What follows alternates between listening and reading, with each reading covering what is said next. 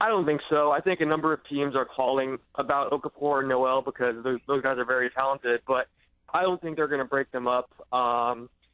We just talked to Noel and Okafor in Toronto at All-Star Weekend, and those guys said that they're getting more comfortable together. They believe they can be a great 1-2 punch down the road. They're growing together. And both of them talked about how great it was to have another big man alongside them that, they can practice with and, become friends with and get along with and kind of grow together and go through those different experiences together like they did in Toronto. So I think, I'd be surprised if the Sixers broke them up. Other teams are going to call when they have talented players, but I think they're going to stick with those guys, especially because, if you look at the numbers since Ish Smith joined Philadelphia, the plus-minus numbers, the on-court, off-court numbers, everything's really better when Ish Smith is in there, and that makes sense because having a good point guard is going to, increase the productivity of a front court, especially big men that, need to get the ball in the post and need a passer to help them play to their full potential. So I think Ish Smith, the numbers that we've seen since he's been there, really show that this duo could work out in the long run. Alex, they also have their pick and the Lakers' pick there. If somebody calls them about their pick, I'm assuming they're not interested. But what about the Laker pick? Is this the year that they'd be interested in moving that, a pick of that magnitude? They've been hoarding these picks, but would they think about maybe moving that pick for the right proven NBA player? Well, that's a good question. I think we've seen Jerry Colangelo has talked about them wanting to bring in experienced players. Obviously, they traded for Ish Smith and they, brought in Elton Brand. So it's possible. I don't want to say it's completely, off the table. I think it is a possibility just because they do have so many picks and assets that they could flip if the right deal presented itself. With that said, I'm not sure that player is out there for them to move. I think in order to make that kind of move, they would want a very good player coming back. As you mentioned, it is such a good pick, and that is a valuable asset. And even though they're trying to gain experience and add veteran players, I'm not sure they would part with that unless it was a very good player coming in. So I think they're going to weigh all their options, and certainly teams are going to be calling the Sixers. They have $60 million in guaranteed contracts on the books right now, so they can be the team that, facilitates a three-way deal. They can take back a big contract. A number of teams are going to be calling them because they do have assets, they do have cap space, but I'm not sure that deal is out there. I think it would take an awful lot for them to consider that. Talk about assets. Oklahoma City and Miami, they own those picks as well. Are they attractive in this draft? Do teams would that help the Sixers, facilitate a move by giving up one or both of those picks? Yeah, I definitely think so. I think, first of all, there's a lot of teams out there that don't have a first-round pick, and, they're definitely trying to get picks, and especially rebuilding teams. You look at teams like Brooklyn and New York, those teams want to land a first-round pick so that they can add to their young core. And I think one of the biggest reasons that we're seeing first-round picks are more valuable now versus in the past is because the salary cap's about to go up. And while most contracts are going to be increasing and getting significantly bigger, the rookie scale contracts aren't going to go up. Those numbers were locked in during the last CBA talks. So, being able to lock a guy in on a rookie scale deal, which you'd be able to do if you had a first round pick and you selected him, that's going to be very valuable. And I think those are going to be the best contracts in the NBA for the next few years until we see the CBA get renegotiated. So rookie scale contract players are going to be worth a whole lot. It allows you to have flexibility elsewhere. And I think we're going to see a lot of teams try to go down that route and add players through first-round draft picks over the next year or two when the cap skyrockets. Alex Kennedy with us, basketballinsiders.com. They don't have a lot of attractive pieces on their roster. If it's not Noel or Okafor, is there somebody on this team that teams will call for tomorrow? Yeah, that's a good question. Carl Landry is someone that has been mentioned just because he's not really playing a lot. He's played in, I believe, 14 games, only playing 11.6 minutes per night.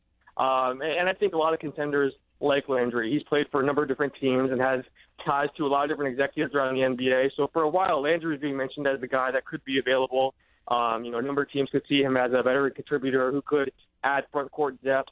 But at the end of the day, now with Colangelo there, it remains to be seen if they're willing to part ways with Landry because they do want experienced guys that can help them, especially guys in the front court. Right now it's Elton Brand and Carl Landry kind of helping those young guys like Noel and Okafor and Embiid. So it's possible they hold on to him. Right now, he's the highest paid player on the Sixers.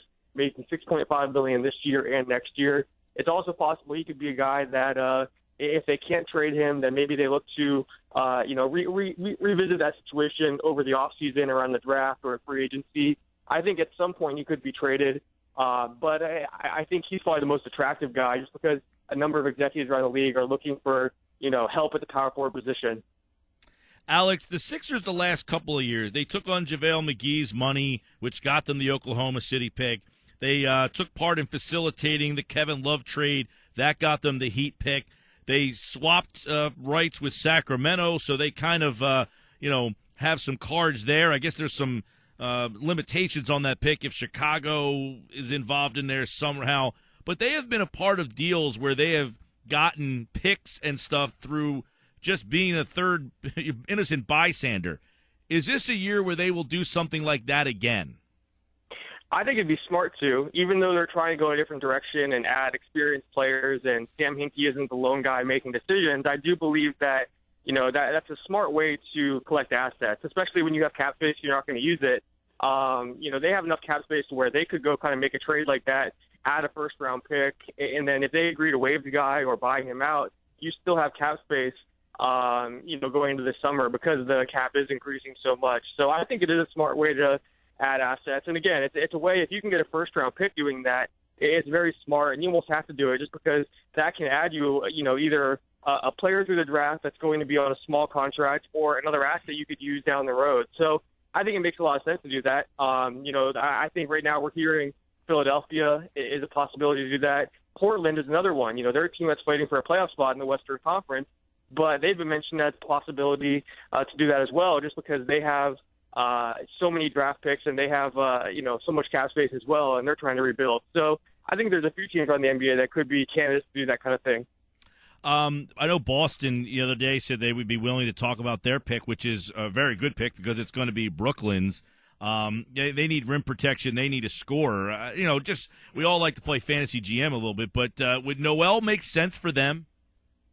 Oh, yeah, definitely. I mean, they've wanted a shot blocker for a while, too. That's a big need for them. I think they're looking at, older players. They're interested in guys like Al Horford and Dwight Howard. They want someone that is a more experienced player, I think. So I think Noel fits when you look at, his on-court ability. And I think also, he has the potential to be a very big difference maker on the defensive end, and certainly they want that.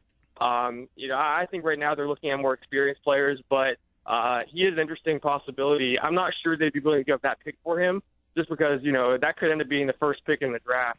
It's unprotected, the Brooklyn Nets pick. So I think that could be, I think they're trying to package that with some other players to get, a game-changing player. They offered that for Blake Griffin, supposedly. There's a few different guys that they've been pursuing with that pick. I'm not sure Noel is that guy that they would trade that for, but I do think that, Noel does have trade value, as does Okafor around the NBA. And if they were to put one of those guys on the block, even though I don't expect it to happen, there would certainly be teams lining up to trade for them. Two questions here on this then. Who has more value in a deal, Okafor or Noel, and which guy do the Sixers value more, Okafor or Noel? I think it's Okafor in both of those situations. I think because he's the younger guy, he has more potential. And as we know in the draft every year, and executives how they think, they always want guys that are younger and have more potential. I think Okafor is also seen as a guy that could be a number one option. Whereas while Noel's a very good defender, I think people realize he has a long way to go in terms of his offensive development.